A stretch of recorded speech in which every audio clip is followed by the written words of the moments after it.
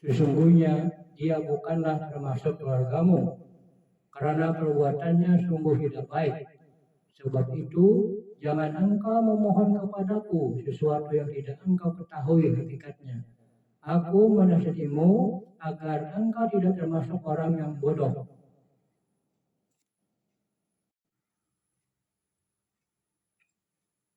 فخلف من بعدهم خلف أضاعوا الصلاة واتبعوا الشهوات فسوف يلقون غيا.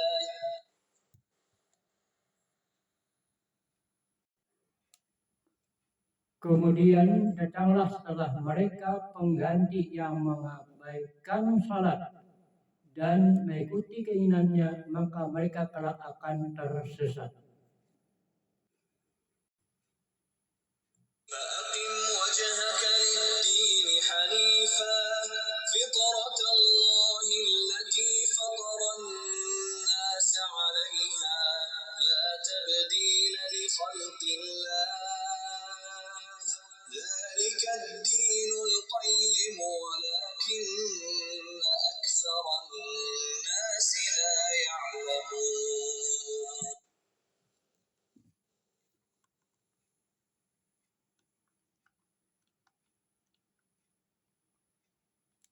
Maka hadapkanlah wajahmu dengan lurus kepada agama Islam sesuai fitrah Allah, disebabkan dia telah menciptakan menurut fitrah. Itu tidak ada perubahan pada ciptaan Allah. Itulah agama yang lurus, tetapi kebanyakan manusia tidak mengetahuinya.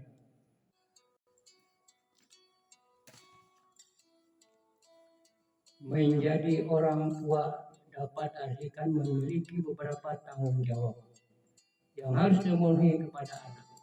Mereka yaitu ibunya yang melahirkan dan membesarkan anak,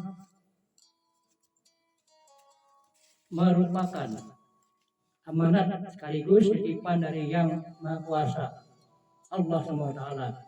Samping itu, anak juga memiliki hak-hak yang harus dipenuhi orang tua dari lahir sampai balik, sampai cukup dewasa nanti. Selain peran orang tua untuk mendidik anaknya, dalam Al-Quran tadi, hadis yang membahas tentang kewajiban orang tua terhadap anak cukup banyak. Jadi, dalam hal ini mungkin cukup 3 hadis yang mengisyaratkan wajib dipenuhi orang tua. Dalam hadis yang ditahrif oleh Imam Ibnu Mubarak dan Abi Dunia. Yang pertama adalah perlindungan lingkungan yang tidak dapat dihindari dari azab. Hadis yang ditahrif oleh Imam Mubarak dan Imam Abu Dunya, bahwa Nabi Muhammad SAW mengatakan hak anak atas orang tuanya, yaitu memberikan nama yang baik, mengajarkannya membaca dan menulis, dan menikahkannya ketika sudah usia balik atau cukup dewasa. Di sini kami mohon maaf, di samping bicarakan masalah undang-undang perlindungan anak. Dalam hadis marfu atau hadis yang disandarkan kepada Nabi Muhammad SAW, baik dalam perkataan, perbuatan, persetujuan, dan sifat. Dari hadis marfu tersebut dapat diartikan Rasulullah SAW bersabda, barang siapa yang lahir di atas seorang anak, maka baguskanlah adab, dan ketika telah balik, maka nikahkanlah. Ketika itu sana melakukan dosa,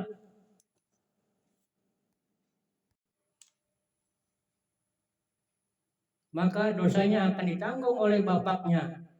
Hadis dalam kitab Thalibin disebutkan kewajiban orang tua kepada anaknya. Dari situ dapat diartikan yang artinya dari sahabat Sa'id bin Abbas radhiyallahu anhu berkata bahwa Rasulullah SAW bersabda, barang siapa terlahir di atas seorang anak, maka baguskanlah nama dan adabnya, dan jika telah balik, maka nikahkanlah.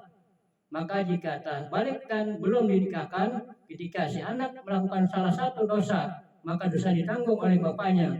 Jadi dari hadis tersebut di atas dapat ditarik suatu kesimpulan, setidaknya makna yang diambil dan yang harus dilakukan sebagai orang tua, yang pertama adalah memberikan nama yang baik. Jasa ibu dan ayah, bosnya ibu bukan hanya sekedar melahirkan sebagai jasa terbesar terhadap anak, tetapi juga memenuhi kewajiban memberikan nama yang baik sehingga nantinya setelah menjadi besar namanya menjadi identitas yang melekat sampai akhir hayat. Memberikan nama yang baik jangan menjadi beban kepada anak, menjadi candaan atau kata orang sekarang, menjadi bulian, dibully bagi yang mereka tidak suka tentang arti sebuah nama. Kedua, mendidik adab si anak. Tanggung jawab ini juga sangat penting dalam kelangsungan pendidikan anak. Pendidikan terhadap anak dimulai dari keluarganya itu sendiri. Selanjutnya menjadi suatu kebiasaan atau kalau boleh dikatakan satu culture yang telah dibudayakan adalah pendidikan mulai madrasah, pesantren yang tebar dan selalu mengatakan adab, akhlak yang jadikan landasan bagi anak untuk berinteraksi dengan lingkungan sekitarnya dalam arti yang seluas-luasnya. Hal sangat dianjurkan dan disarankan memang benar adanya. Tidak sedikit orang tua yang bertekad dan tidak bisa ditawar-tawar lagi. Wajib untuk melaksanakan sunnah Nabi, yaitu akhlak dan adab kepada Al-Khaliq Sang Pencipta Allah SWT, serta adab dan akhlak kepada junjungan kita Muhammad SAW, tabi'in dan orang tua dan sesama manusia pada umumnya. Ketiga, menikahkan anak saat sudah balik. Tanggung jawab berikutnya adalah menikahkan anak. Apabila anak sudah masuk usia, sudah cukup usia untuk menikah yang diharapkan oleh agama Islam, sudah masuk usia menikah, maka segera menikahkannya. Orang tua tidak boleh membedakan mereka atau anak mereka selalu membujang. Kalau anak sudah sampai pada usianya, sudah dewasa, akan memungkinkan berbuat maksiat, mau coba-coba. Kalau itu jelas dilarang oleh agama. Kata orang zaman now, bujangan tidak ada yang melarang. Jadi inilah pesan singkat dan siap orang tua selalu mengingat-ingat pesan Rasulullah SAW, melaksanakan kewajiban terhadap anak-anaknya untuk mendapatkan keridhaan Allah Subhanahu wa taala, selamatan fi dunia wal akhirat. Assalamualaikum warahmatullahi wabarakatuh.